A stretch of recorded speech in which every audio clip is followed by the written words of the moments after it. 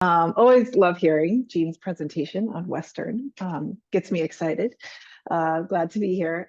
Great to see you all. I see lots of familiar names and several new. So my name is Meagan Bryson. As Jean mentioned, I'm the new director of the Academic Advising and Student Achievement Center, which is a new center to Western that really brings together two resources that have been at Western for a very long time: the Academic Advising Center and Student Outreach Services, which has historically supported our first generation and Pell Grant eligible students. So our teams have worked together for a long, long time. It's just been a natural transition. We came together September 1st and then opened the doors to a new physical space. Just a month ago today, we're actually hosting an on-campus open house today for our campus community. So we're really excited to be here as a resource for our students. And again, really appreciate you all for being here today to help in the process as we collectively support students who are interested in coming to Western. Just a quick note about me. I actually was a transfer student to Western a while ago. I attended Peninsula College, both doing the Running Start program and then after high school, wrapped up a few more classes to get my DTA. And so have that transfer student experience. And then, like Jean, our paths though didn't cross. I also worked at Bellingham Technical College for about 11 years, doing a number of different student services areas, specifically with advising and career services. So I've been at Western now since 2014 and had previously been the assistant director with the Academic Advising Center. So I'm going to go ahead and share my screen. Oops. Now.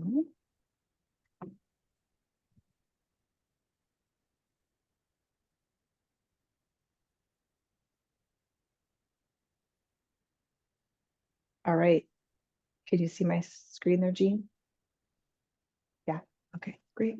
All right, well, let's get started. The elements that I plan to include today, just describing advising at Western. Some of you may be familiar, some of it may be new to you all, but I think it's important to really note how advising is different at Western. I know students come to Western with different advising experiences, whether they've attended one or more institutions. And so it's really important to name that for you all. Talk a bit about Western's majors and minors, and talk about how we all can support the transfer student experience, and then making note of some advising and campus resources that are available to you and to students in the process. And then we'll make sure to wrap with some Q&A before the panel kicks off. So students' really initial, like formal advising and registration experience is during advising and registration sessions. During the pandemic, I think when we were all pivoting and determining what we were going to be doing, we moved this to a fully virtual experience, which is very much in line with what our peer institutions are doing. And it has really opened up access for students. We sure miss the in-person experiences that these programs used to have. However, if you're not in Bellingham, it takes a lot to get here. It costs money. Some folks need to continue to work. And so we've really shifted that cost off of them and provide students with a virtual experience. The sessions are named advising and registration, and then we put the quarter in front of it. So we have now coming up winter advising and registration, and those sessions start in November for us. Spring, summer, and then fall advising and registration is really the big one that takes us through most of the summer, where we served almost 4,000 students this last summer, which is really exciting.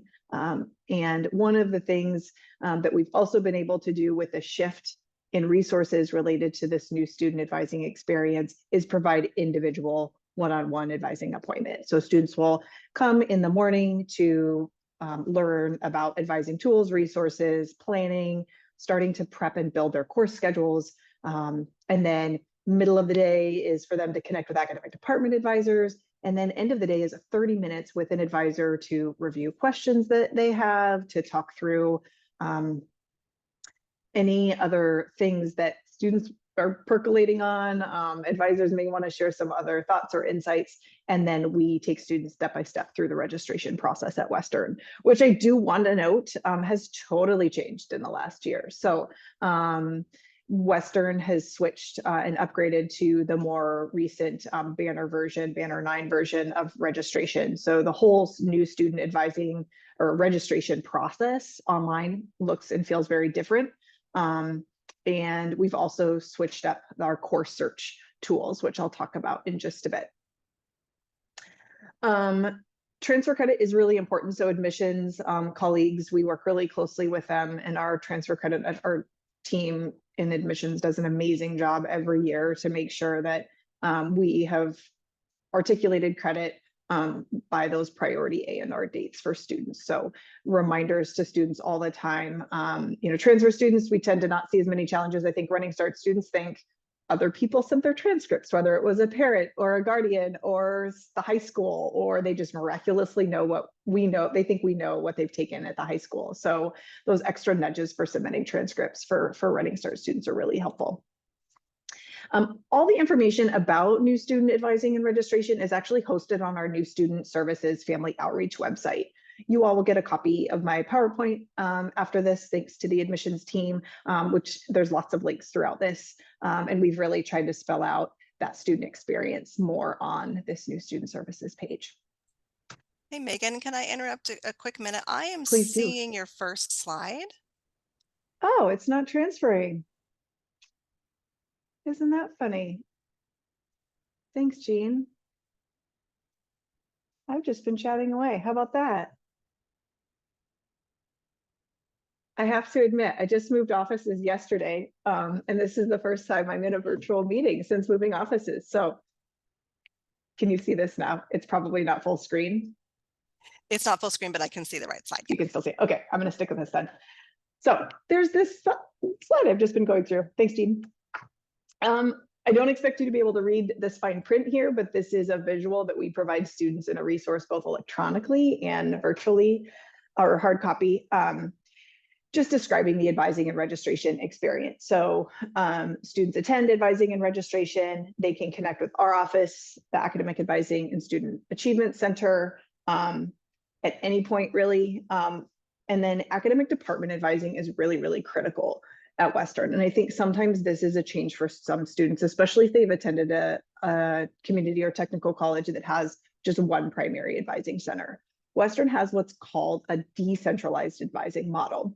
It's not a bad thing. It actually works really well for Western, where we've got our center, where I work as kind of the centralized hub, where I like to say we know a little bit about everything.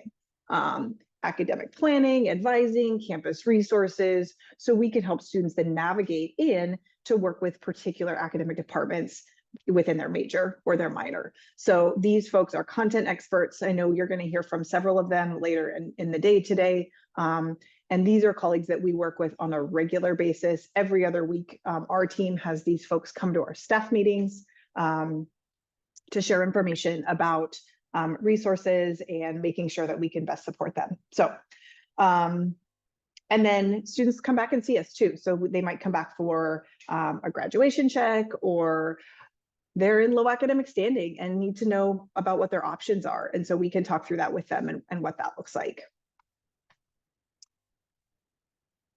I'm going to dive in a little bit more to our center specifically. So Academic Advising and Student Achievement Center really is focusing on those primary advising and planning resources to help support students. We also offer learning assistance programs in particular, including a peer mentor program, not a new program. It's been here for a very long time. And Student Outreach Services has formally supported that. We provide weekly mentoring for students, match them right away in the beginning of the quarter. And we also find that it's a pretty popular program. So we reached out to new students before the even start of the quarter, and we had a waiting list immediately. So I wish we could serve all the students who would like a mentor, but so far it's going really, really well. We're doing some intentional outreach, and it actually just kicked off this week. So we're focusing in on, Western has made it a priority to really focus on first year advising. And it has been something that our president, Sabah, has named in a couple of university addresses now as a priority to support student retention. So one of the things that we're doing this year and is reaching out to a targeted population of new first year and some transfer students who started with us in the fall, who are first gen and or Pell Grant eligible, and also those who are not first gen or not first or Pell Grant eligible, but are entering with a particular high school or transfer GPA that we feel like they might need a little bit additional support. That's going really well. We immediately, our calendars were flooded. Western uses a Navigate, which is an online advisor platform for both our notation and for appointment scheduling. And within an hour of advisors sending out notices to students, we were seeing 10 to 15% of students already scheduling appointments with us. So they're really eager to meet with us. And fall quarter is shaping up to be a really exciting one. And we look forward to hopefully growing out this program more to touch and reach more new students in our community. So Jean also mentioned the ADEI unit is doing a lot of partnership with offices and resources coming in. We are definitely one of those offices and resources. We are in the very 3 or 4 different ADEI unit areas every single week. Disability Access Center, Black Student Coalition, Multicultural Center. We're teaming up with our student advisors as well. So we bring a professional advisor along with a peer advisor, and that has gone it's really, really positive. We're in many other areas and resources across campus, doing lots of presentations, going into all the residence halls and supporting students. It's been really exciting. I touched a minute ago on academic department advising. I just want to really reinforce this one and how critical it is for students to connect with academic departments. And even before they transfer to Western, they don't realize how important that is, because there's a lot of students who can be taking courses now with you that are going to transfer, maybe count as a prereq or an introductory course into the major. And there's lots of easy ways to find out how to connect with academic departments, but I cannot reinforce that one enough with you all, how important that is, and not waiting until they come to Western to either figure out the major or start to engage. It can really save them a lot of time and money with early planning and preparation. I'm not going to read through all of this list here, but these are just a handful of the benefits of connecting with academic department advisors. Speaking of, how do I find this information? Western majors pages are hosted on admissions, host those pages, and they're a wonderful resource for a nice broad overview. Gives highlights of the department and research projects and just information about what is happening in those majors that then link to the programs of study. So the second link here is a little bit more in the weeds, where my team likes to nerd out on what are the steps to declare, who I need to specifically contact, and then the requirements for the degree. So both of these are really, really helpful in terms of getting started. And then academic department websites, I have to give credit to so many of our academic departments really in the last few years have really added much more content to be as transparent as possible for students about how to declare, what do they need to do to get started. And for those who are familiar with Western majors and minors, very few are similar in what it takes to declare. So some majors might have a specific deadline or two. Some might have a pre-major phase first and then a full major, or an audition, or a portfolio, a sequence of many prerequisite classes. So we really want to encourage students to start exploring those. And if they change their mind, that's totally fine. There's lots of resources as well to help students in their major exploration, or I thought I wanted to go down this route, but now I think I want to change gears. That's absolutely fine. Our team, along with the career services team, work with students all the time on helping them explore and narrow down on major options. Just to provide a little bit of context here in terms of the major declaration timeline, this is information that we share with students. Again, I don't expect you to be able to see all the content specifically, but what we communicate specifically to incoming transfer students is we really want students to, by 60 credits here, have a good idea of what they want to major in. A lot of students think, oh, I'll just wait till I get my GURs done or have my DTA and then I'll figure out my major. But those GURs and those courses throughout the DTA can be a wonderful opportunity for students to explore options so then they can transition as seamlessly as possible into their major. The one thing that I do want to mention is Western does have a policy for students who are at 105 credits and who are undeclared in a major to have mandatory advising with our team. It's called the 105 credit hold process. Students have an opportunity to submit a plan to us to say, hey, this is what I'm thinking about majoring in, and this is my plan. We, as advisors, review those, and if we think that student's on track, good to go, we remove the hold. But if we think the student might need a little extra support, we pull them in and have them have a conversation with us or refer them to an academic department advisor, depending on what their interest is, to get set up. So this just gives some context. I will say that if a student comes in with 105 or more credits, we don't give them a hold their first quarter. We give them kind of a waiting period quarter. We give them lots of communication about it, that it's coming if they're not declared, but we don't place that hold until they've been here at least a quarter. There is there's a document that we will be sharing with you that we've not a new document. So for those of you who've heard from Jean and I in the past, we know that there's some majors that are to note where they might have a particular deadline to keep in mind, that if students miss that deadline, they've got to wait a whole other year. Many majors have prerequisite courses, specifically those that are STEM, so computer science, biology, lots of those. One of the things that I think is really important to think about with those is that students can also be starting those early on. Math in particular, getting started on my math sequence and my biology and my chemistry sequence, even if I'm not totally certain which STEM major I want to do, so many of those have those common prerequisite courses. GPA can be a big factor for some students in applying to a major, and many majors will also look at transfer GPA in that as well. So that's something to keep in mind. Many departments, also for some of our like fine and performing arts, have some kind of portfolio or an audition. Music is an example. Music majors and minors all have to complete an audition and be accepted through that process. So just something to point out there. I'm not going to go through these in detail. Happy to answer questions. If you all are working with a student, you have more questions, reach out to me. Happy to chat with you. And Jean, I know, is going to share that with you all. I think Jean said she would do it in the chat. So I am working on getting it to link to the very small amount of programs I can use in Zoom. So yes, it's coming. Thank you so much. Okay, I want to talk a little bit more about kind of that supporting the transfer student experience. And some of the things that we see in that, I think some of you have heard this term transfer shock, and it's that transitional period where students are coming in, it's a new environment. It's most likely probably bigger than the prior institution that they attended. And so there's sometimes students have a bit of a transition period with that.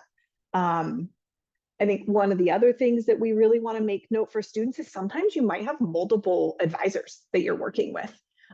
So we know, like, a student might get started with us as they're exploring majors. So we might be a point of contact for them. They narrow down their major. They've got an advisor there. Let's say they want to study abroad too. There's advisors in the study abroad office that can help them through that process. So what's great is there's lots of content experts to support students. But sometimes students are used to just kind of going to one person at their prior institution to do all the things advising related. And at Western, we're bigger, and just there may be more content experts that they need to connect with. And we're happy to help students in that process to make sure they are connecting with those resources. This third bullet, can you tell I feel strongly about this one? Begin prepping. I think for any of your STEM students too, the AST, gotta love the AST. I remember when the community and technical college system rolled that degree out, those AST degrees, it is a beautiful thing when we see students who come in and want to major in STEM and they have an AST. It's like a mini celebration because we know they've got those foundation courses in, and it's just a seamless process for them. So please, please, please, encourage students, if they're looking at anything STEM related, to look at the AST degree. We're finding that some students are surprised Western's back in person. Western moved back to our in-person or original course modality a year ago now. And we know that a lot of our two-year college partners offer, and even pre-pandemic, offered more online options than Western did. And so we have a far majority of our courses are in person. And sometimes students are a little bit surprised about that. So we do have some online options, not a ton, but that is something that we do see students sometimes a little bit surprised about. Campus resources are usually generally similar to the previous institution that they attended, but if it was a smaller institution, there's going to be more here. So we really help support students along the way of learning what those resources are and how to connect with them. Lots of opportunities to create community. One of the things that I hear from students, from staff or faculty who maybe were Western students themselves is, what they loved about Western was the ability to create community, whether that was in an academic area, whether that was an intramural sport or club, research project, internship. So just lots of abilities for students to find those communities here. And we encourage students to get out there and make those connections, especially transfer students.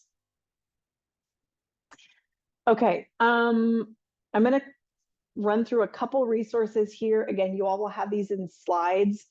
Western has a few kind of resource hubs that I like to point out. Our My Western page, we've continued to build out for students with lots of resources around academic planning. There's a whole section just on academic planning tools, which include our all sorts of videos and links to different class search tools and other things.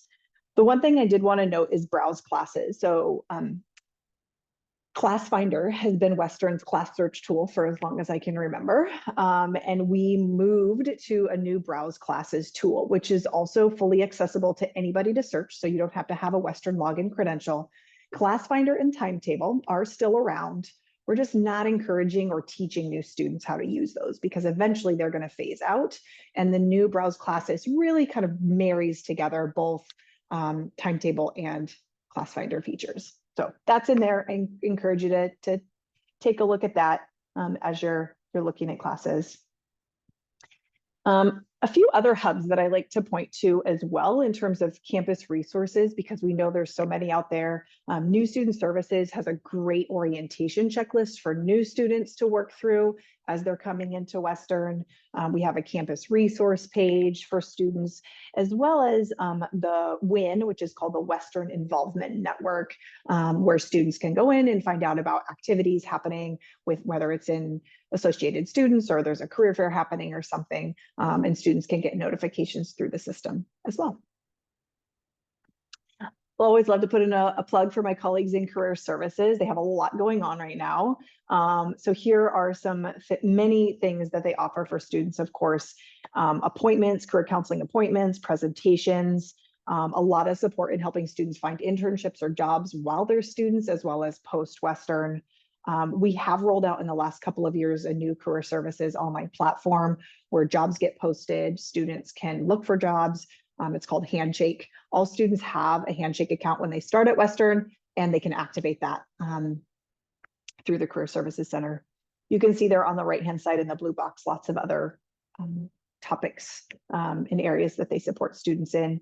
In particular, we have health professions advising. So Western doesn't have, let's say, a pre-med major, but we see a lot of students who go on to grad school in health profession areas. We have advisors who specialize in that.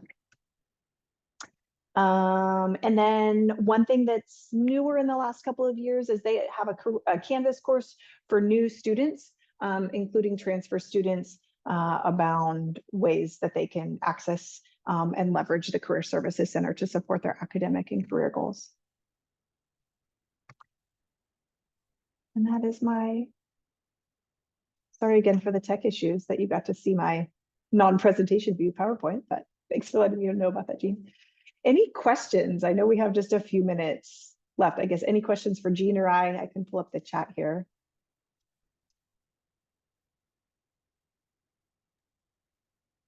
I think that there is a question in the question Q&A area about that some departmental advisors have seemed less willing to talk to students prior to being admitted, and what you might recommend for students if that's what they're facing. I don't hope that that's not the norm. I don't know if there's Yeah. particular departments that you hear students are struggling with. It might be good for Megan and I to know that. Yes, that's exactly where I was going. Please let Jean and I know. I would say what we're hearing is I'm constantly hearing from departments is how do I connect with these students? How do I share about our major opportunities? So yeah, I would say it's less of a norm. So please do reach out to Jean or I, and we're happy to facilitate getting your students the information they need to plan.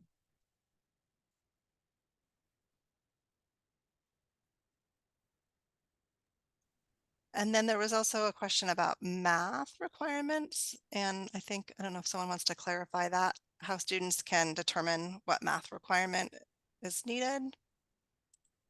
That's in the Q&A as well. Yeah, I'm seeing that right now. So math is a complicated one, and we have a math advising website that we rolled out last year. I'll drop the link in the chat that really identifies pathways for math. So there's different ways to fulfill math, for lack of a better term, at Western. If students are majoring, some students might come in with their math fulfilled through their DTA, and if they choose a major that has no math involved, they're done with math at Western. But let's say a student did statistics as a part of their DTA. They fulfill that requirement there, but let's say they want to major in chemistry. They need to go the pre-calc calc route. And so sometimes students can say, wait, I thought I was done with math. You were done for math based on the goals at that time, but now with a major interest, that might shift some things around. So some departments, in terms of the questions around prerequisites, some of those nuanced ones, we often are referring to our math department, who's super available for students to answer questions related to detailed prerequisites. But the Browse Classes system does list out detailed prerequisites more than what ClassFinder used to. So that's usually our starting point. And if we can't get the information there, we may need to follow up with math. But if I'm not answering these questions too, please email me. I'm more than happy to do some follow-up. Thank you so much for your time, Megan. Yeah, both Megan and I are always happy to connect with advisors. We love to hear from students, those advisors that I've had long-lasting relationships with. I love it when I get a phone call and someone's like, okay, I have a student in my office, which is code for please don't talk about your kids. But it's great. You're totally welcome to reach out to us with any questions.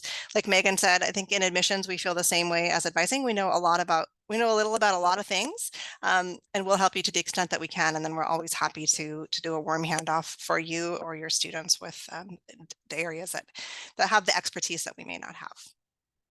So thank you so much, Megan. We're going to pivot